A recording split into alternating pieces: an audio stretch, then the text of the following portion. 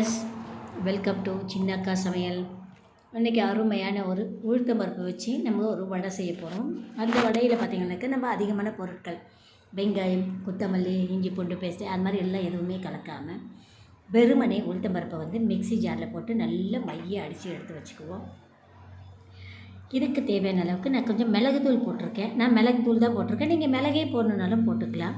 கொஞ்சம் தேவையான அளவுக்கு சால்ட்டு, அதுக்கு தேவையான அளவுக்கு கொஞ்சம் சோடா மாவு இதை போட்டுட்டு நம்ம நல்லா பிசைஞ்சிருவோம். இப்படி நமக்கு பிசையும் போது பார்த்திங்கனாக்கா மாவு தண்ணி விடுற மாதிரி இருக்குது. ஏன்னா நம்ம மிக்ஸி ஜாரில் அடிக்கும்போது கொஞ்சம் தண்ணி விட்டு நம்ம சுத்த விட்டோம்னா நமக்கு வந்து நைஸ் கிடைக்கும். அப்படி இல்லைன்னாக்கா நைஸ் கிடைக்காது, பருப்பாக இருக்கும். உளுத்தம் பருப்பை பொறுத்த வரைக்கும் எந்த அளவுக்கு நமக்கு நைஸாக இருக்கோ அந்தளவுக்கு வடையோட தன்மை சூப்பராக இருக்கும்.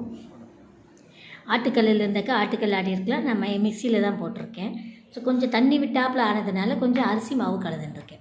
அரிசி மாவு 2 ஸ்பூன் கலந்துட்டு கொஞ்சம் திக்காக கிடைக்கிற மாதிரி நம்ம அதாவது கையில் தட்டி விடலைனாலும் எடுத்து விடுற அளவுக்காவது இருக்கணுன்றதுனால நல்ல எண்ணெய் காய்ஞ்சிருச்சு. எண்ணெய் காயட்டும். அதுக்குள்ளே பார்த்திங்கனாக்கா அதுக்கு தேவையான சைடிஷ் பார்த்திங்கனாக்கா அருமையான ஒரு பொட்டுக்கடலை சட்னி செய்ய போகிறோம். பொட்டுக்கடலை பார்த்திங்கனாக்கா பொட்டுக்கடலை கொஞ்சம் நறுக்கின இஞ்சி, ஒரு 2 பச்சை மிளகாய், கொஞ்சம் தேங்காய், அவ்வளோதான். இது போட்டு நல்ல மைய விழுதாக அரைச்சி எடுத்து ஒரு பவுலில் வச்சுக்கலாம். அருமையான ஒரு பொட்டுக்கடலை சட்னி உளுத்த வடைக்கு தகுந்த மாதிரி நம்ம ரெடி பண்ணி எடுத்து வச்சாச்சு. இப்போ இதை எடுத்து உரமாக வச்சுருவோம். அதுக்குள்ளே பார்த்திங்கனாக்கா எண்ணெய் நல்லா காஞ்சிருச்சு. இப்போ அப்படியே வந்து கையை வந்து தண்ணியில் நனைச்சி அப்படியே மாவை எடுத்து வந்து நம்ம அதுலேயே வந்து தட்டையாக தட்டி எடுத்து விட்டுடலாம். இந்த வடை பார்த்திங்கனாக்கா சூப்பராக வந்து முருன்னு இருக்கும். இப்படி நம்ம போடும்போது அந்த முருன்ற அந்த சத்தம் நமக்கு நல்லா கேட்கும். அந்தளவுக்கு வந்து ஒரு கிறிஸ்பியாக இருக்கும், சூப்பராகவும் இருக்கும். பிள்ளைங்க வந்து ரொம்ப விரும்பி சாப்பிட்ற மாதிரி ஒரு டேஸ்ட் கிடைக்கும். நான் எதுக்கு இதில் வெங்காயம் போட வேண்டாம்னு சொல்கிறேன் தெரியுங்களா? நம்ம வெங்காயம் இதில் நம்ம பயன்படுத்தும் போது பார்த்திங்கனாக்கா வெங்காயம் வந்து ஈரமாக இருக்கும். அதாவது நீர் விடும் கொஞ்சம் வெந்ததுக்கப்புறம். அது வந்து உளுத்த வடையில் இருக்கும்போது பார்த்திங்கன்னா அந்த பகுதி மட்டும் ஒரு ஈரத்தன்மையோடவும் வசவசன்னு இருக்கும். அதனால தான் வெங்காயத்தை தவிர்த்துட்டு மிளகுத்தூள், சால்ட்டு, சோடாமல் இதை மட்டும் நம்ம போட்டுக்கிட்டோம்னாவே வடை வந்து நல்ல சூப்பராக மொறுன்னு இருக்கும். அந்த வசவசன்னு இருக்கிற ஒரு தன்மை இல்லாமல் இருக்கும். அதனால் நீங்கள் வெங்காயம் முடிஞ்ச வரைக்கும் தவிர்த்துருங்க. பாருங்கள், சூப்பராக வந்து ஒரு உளுத்தம் பருப்பில் வந்து நல்ல நைஸாக செய்ததுக்கப்புறமா ஒரு அருமையான மொறுன்னு இருக்கக்கூடிய ஒரு வடை ரெடி ஆகிடுச்சு. இப்போ இந்த வடைக்கு தேவையான அளவுக்கு சட்னியும் நம்ம பக்கமாக ரெடி பண்ணியாச்சு.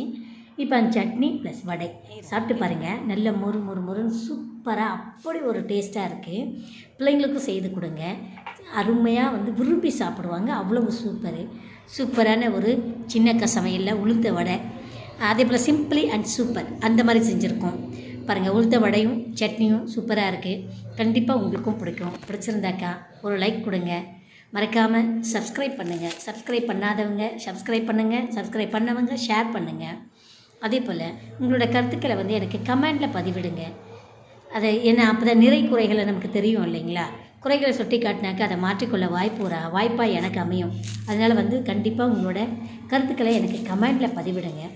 அருமையாக மொறுன்னு சொல்லிவிட்டு உளுத்தம் பருப்பை வச்சு அருமையான ஒரு உளுந்து வடையும் பொட்டுக்கடலை சட்னியும் செஞ்சுருக்கேன். கண்டிப்பாக உங்களுக்கும் பிடிக்கும். மறக்காமல் ஒரு லைக் கொடுங்க. உங்களோட கருத்துக்களை கமெண்டில் பதிவிட்டு சப்ஸ்கிரைப் பண்ணிட்டு ஷேர் பண்ணுங்கள்.